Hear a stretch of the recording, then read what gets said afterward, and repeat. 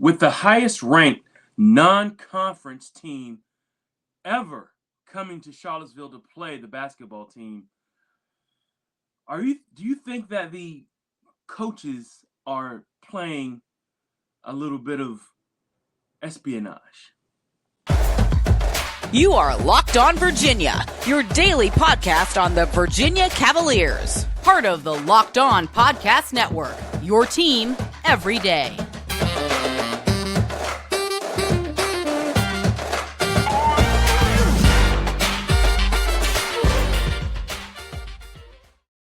Good day, viewers and listeners. I am your host, the Big Law, Lawrence Johnson, and welcome to Locked On Virginia Cavaliers podcast, your first place to come to get your Wahoo fix every day as part of the Locked On Podcast Network. The date is 12/16/2022. It's Friday. TGIF is awesome. It's a great time for sports, particularly football, because the bowl season has officially kicked off. There will be football on TV officially for 30 days straight, I believe. So we have no excuse not to get out and watch a game. But let me tell you about our title sponsor. Today's episode is brought to you by BetOnline. BetOnline has you covered this season with more props, odds, and lines than ever before. BetOnline, where the game starts. So yeah, as I was saying in the open, guys, I was speaking about, this is the highest ranked team to ever come to the grounds to play non-conference, to ever play at the University of Virginia in the JPJ. My question is, are they ready? First of all, I'm questioning that a little bit. Also, will their best player be able to play, which is Reece Beekman? Okay, if you guys haven't heard, if you've been under a rock, if you haven't been paying attention to University of Virginia basketball, there's been a shift this year in who the best player is. Jaden Gardner, who was third team ACC, all ACC. You had Kihei Clark, who has also always been one of the top defenders on the perimeter. Probably, I think, honorable mention. And then, of course, other players have stepped up to fill in, but the unquestioned best player on the team on both sides of the ball, really, is Reece Beekman. Reece Beekman plays the point guard position. It's almost like they run at the University of Virginia, Coach Tony Bennett. They run a double point guard system, and they kind of switch off duties between Kihei Clark and Reece Beekman. But the most effective player at the position for the last year and a half has to be Reece Beekman. Reece Beekman gives the team the size they need at the position. Also, that just the sheer defense that he plays against all of these, all of the perimeter players, is phenomenal. He's one of the top perimeter players, not only in the ACC but in the country. So when you have him, he's hurt. When he's playing hurt, it was a ankle injury at first, but that seemed to get a little better. But then he had a nasty spill 4 minutes into the game against JMU, and it's his hamstring now that's giving him issues. So right now, we're all on pins and needles. But like I said before in the open, could they be playing a little bit of gamesmanship? They're keeping the cards close to the vest. They don't necessarily want Houston to know if he's going to play or not. From what I understand from Houston, they're going to prepare as if Reece Beekman is going to be there, which is smart coaching on their part. Because, if you prepare for him, of course, it takes more time out of your day. It's just like whenever you have a coach and you have maybe two quarterbacks and you're not letting the other team know, you're not letting the media know who's your starting quarterback. Maybe one's a running quarterback, one's a passing quarterback. So you make them prepare for both quarterbacks, or a running quarterback, to a system quarterback. So, I've kind of felt like, it's a smart thing to do for Tony Bennett and Coach Williford and the coaching staff to hold that to themselves. There's no need to let that out right now. My personal opinion, I think Reece Beekman is going to play. I do. I don't know if you can hold him out. It's been over a week and a half. They've had the rest due to exam breaks. And now the rubber meets the road. You have the number 5 team coming to the ground Saturday, 2 o'clock, ESPN2. Quite frankly, this is the battle, could be the battle for number 1. Houston, if they win, who's to say that they won't catapult up to number 1 if they beat University of Virginia? I'm wary of this team because this team is so defensive. UVA used to really, really be a high-end defensive team, and they still are, but they're not as elite as they usually have been in the past. They have good defense. They don't have, elite defense. This team that they're about to play has elite defense. And if this was last year's team or the year before, I would say we have no chance to win. Just for the simple fact that they lock you down, they can press you full court, which we have been abysmal trying to break presses, and we turn the ball over in the backcourt. I don't know what it is, and it's not just this past couple years. Even during the championship year, there was issues with breaking the press. But from what I feel, if they don't have Reece Beekman, it could go down south really quick for this team. But this year, because there are shooters on the outside, I do believe Reece Beekman is going to play, so I'm going to speak of as if he's going to play. Reece Beekman can shoot the outside shot. Ahmad Franklin, I'm going to throw that JMU game out. I'm going to give him a pass on that. Had absolutely horrible JMU game and half of the game before. I'm going to throw those games out, okay? But based on the other games that they played, the other 9, we're going to give them credit for that. Give him credit for that, playing well. So you got Ahmad Franklin outside shooting.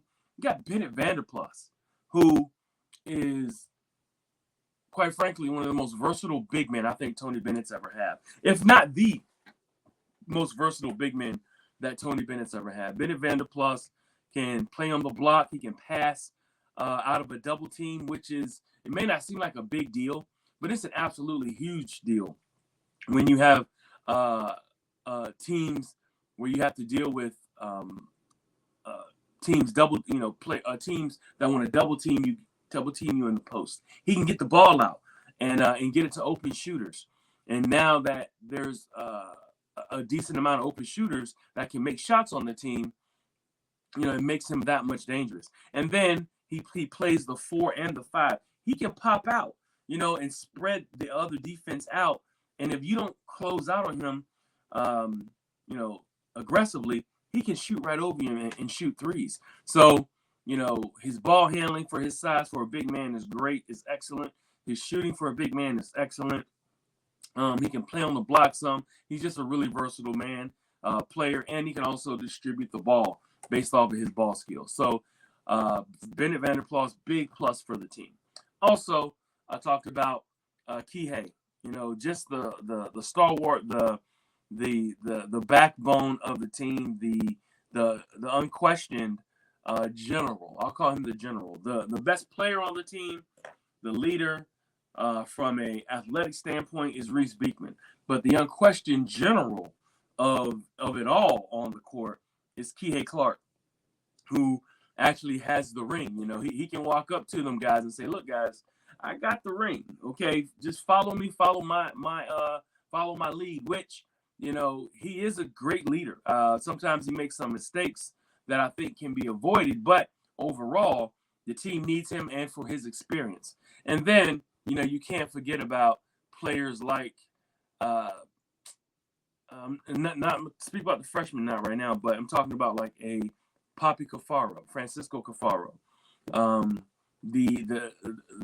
I call him Jack Salt Light, because he plays like such a bruising style, bull in the China closet style of basketball. He's like Steven Adams. You guys ever seen Steven Adams in the NBA, where he's just a rebound monster. He plays rough. He throws elbows. Sorry, but that's what he does. But he's just a rough and tough player, and he just adds a layer of toughness to that UVA defense. Then you got the incredible shot blocker, athletic big man as well, who plays a ton, who has really stepped up his game. Caden Cedric, who's averaging 2 blocks a game and changes a whole bunch of others. He's another one, and he's scoring a lot, rebounding, and he's a big difference maker on the squad. And then, of course, you got the babies. You got the young guys who have come in. Remember, Tony signed 4 stars last year. 2 of them are redshirt. The other 2, who Isaac McNeely, who is, my opinion, looking like he's a dead-eye three-point shooter. You can't give him a clean look because he'll make it. And then, of course, you got Ryan Dunn, who, in all intents and purposes, gives UVA all the versatility they need on the perimeter to cover people. I think Ryan Dunn is the X factor for this game. I think they're going to, and Houston has some guys on the perimeter who can go. And I mean go, who can shake and bake, who can get points, who can shoot. We need more than just Reece being able to play those athletic guys. And I think that's where Ryan Dunn comes in with his length and athleticism. He's already shown his value in previous games. So, yeah, guys, we're ready to rock and roll. The staff is keeping it close to the vest about Reece. I think they're going to play the highest-ranked team, the 10-1 Cougars, coming to the grounds. Be there. I'll be there. If you can get tickets, that is. I believe it's sold out. You may be able to go to the secondary markets and find some tickets. But it's going to be big. And if you can't be at the game, catch it on TV. This is, for all intents and purposes, this is for the number 1 spot in the rankings after tomorrow's game. BetOnline.net is your first source for sports betting info, stats, news, and analysis. Get the latest odds and trends for every professional and amateur league out there, from pro football to college bowl season to basketball and World Cup. We've got it all at BetOnline.net. If you love sports podcasts, you can even find those on BetOnline as well. We're always the fastest and easiest way to get your betting info. Head to the website today or use your mobile device to learn more. BetOnline, where the game starts. So yeah, everyone, we're definitely looking forward to all of this, all of this extra hoopla when it comes to basketball. And like I said, I'll be there, ready to rock and roll, having some fun. Now let's talk about the football program. I got to touch on some of the things that are going on. It's hot. Of course, the transfer portal has been open. That's kind of calmed down, although we did have another player put their name in the transfer portal, and that's Ronnie Walker. Ronnie Walker, who has had it tough at Virginia because he had a lot of injuries. Pretty much his whole career at the University of Virginia for the past 2-3 years that he's been there. 2 years. Came from Indiana. He's a local kid from the state, the Central Petersburg, Richmond area. Came home from Indiana and then just really never got on the field much. When he did play this year, especially, he's a tough runner. He's a thicker out of all the other backs, so he would get a lot of the tough yards as well. But Ronnie Walker is a player that I hope that we can maintain. But Ronnie Walker is leaving, and he's taking advantage of that extra year and going to the transfer portal. Good luck to Ronnie. We appreciate his services, and he's a remarkable young man. So, now we have Ronnie Walker leaving. I will have to talk to you about what's happening with players that are coming in as well. Let me do this. Let me tell you about some of the high school guys coming in before we talk about any of the transfers, because we had 3 transfers that came in, but I reported on that earlier. But some of the new news is we got a young man, DJ Jones, out of Tampa, Florida, looks ultra athletic, 6'5", 240 pounds as a freshman coming into the University of Virginia. Now, he was highly sought after. by a lot of Power 5 schools. It seems like he was right under the radar a little bit at first, but then it seems like his recruiting just kind of took off there towards the end. But he held strong and submitted his commitment, and he's coming to the University of Virginia, mainly because, from what I understand, Chris Slade being a high-end defensive end at the University of Virginia and in the pros, and also being a great, successful high school coach. So great job for the recruiting staff. We're getting DJ Jones, a much-needed, huge athletic true freshman coming in to play. I'm not sure if they're going to get him in early, and they're going to try to get him for the spring game, but he is coming. DJ Jones has committed to the University of Virginia. Also, just saw this young running back from Tennessee named Noah Vaughn committed as well, or saying he's going to commit Saturday at his high school gym.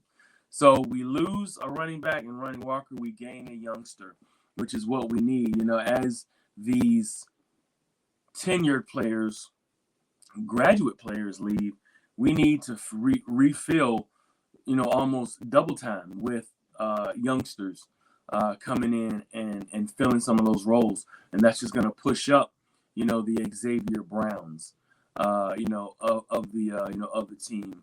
Paris Ellis, who can come back as well, based off of the year extra that has been given to the players who was given an extra year because of the NCAA. So, those are great things that this team will get an opportunity to take advantage of. So, yeah, DJ Jones from Tampa, 6'5", 240-pound defensive end, coming in. Also, Noah Vaughn, running back. Looks like he's making his commitment, running back out of Tennessee. So that's some good news, on the front of some young folks coming in. Of course, it's coming down to the wire. So, if you got any, if you want to find out some of the insights, follow my girl Jackie Franchuli at 247 Sports. Here. You can catch it online. You can catch it anywhere. But she'll possibly try to see if I can get her to come on the show as well. But she's good, and that's what she does mainly, is the recruiting side as well as reporting on University of Virginia sports. But let's talk about the tenured guys, the guys who are leaving or has an opportunity to leave, and some folks and some players who haven't made a decision. But let's talk about the ones who have. We're talking about Billy Kemp, the fourth, who said that he's going to go to the next level. He's going to test out his chops in a professional on a professional level. So Billy Kemp is leaving. Also, Anthony Johnson is leaving as well for the NFL, and I don't blame him. He's first team All ACC, had a great year. I wouldn't take advantage of that extra year given either, by the NCAA. So shout out to him. And then not to mention, I don't know if Keaton Thompson has truly made his official,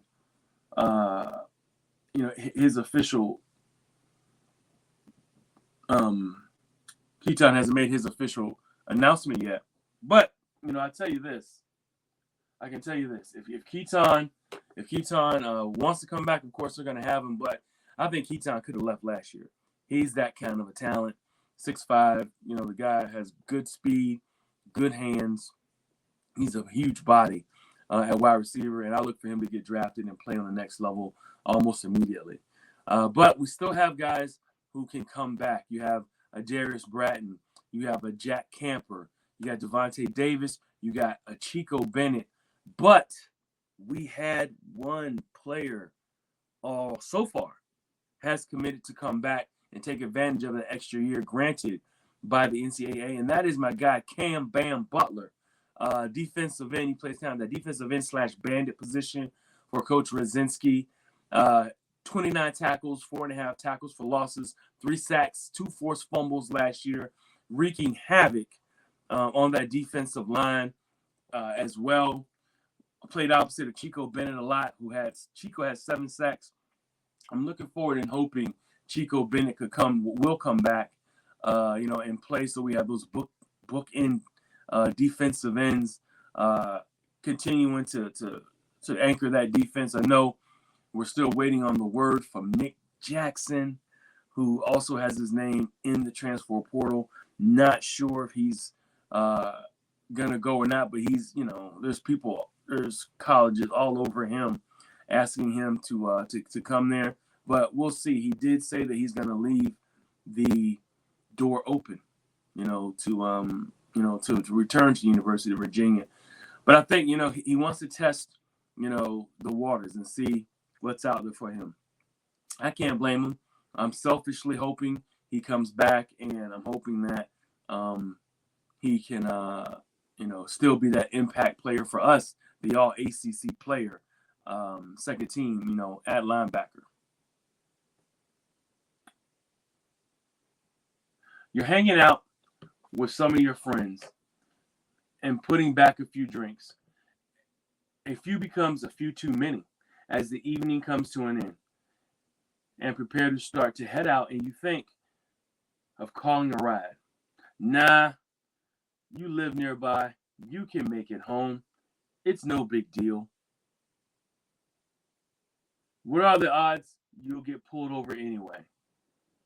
And even so, what's the worst that could happen? Your insurance goes up. You lose your license. You lose your job. You total your car. You kill someone. Everyone knows about the risk of driving drunk. The results are tragic and often deadly. However, that still doesn't stop everyone from getting behind the wheel while under the influence. That's why police officers are out there right now looking for impaired drivers on your roads to save lives.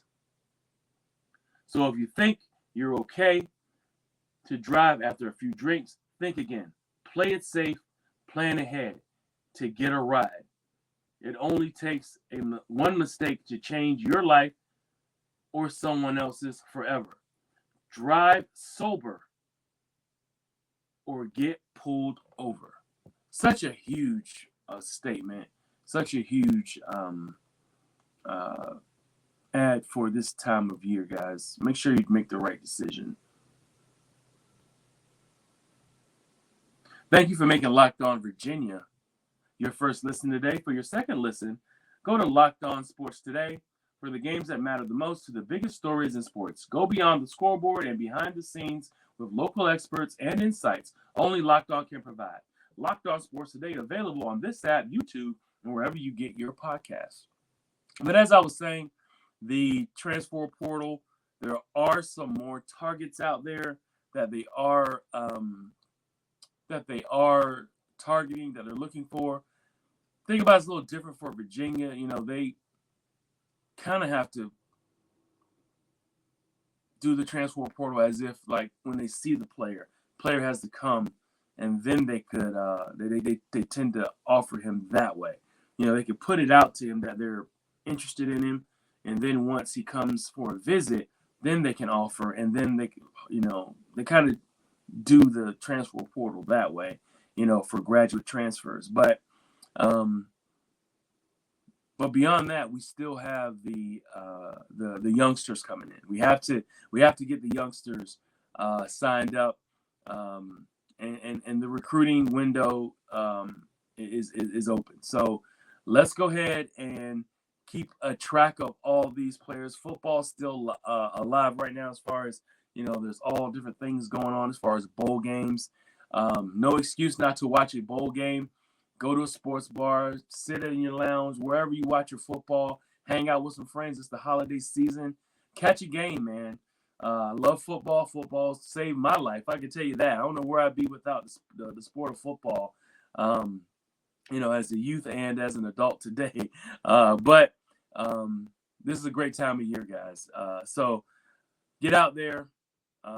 Love each other. Be safe. And thank you for making Locked On Virginia your first listen today. See you guys. I may be doing a pregame with my guy Casey Pizzalia from Virginia Game Day Podcast. So stay tuned. Thank you guys, and like I said, thank you for making Locked On Virginia your first listen today.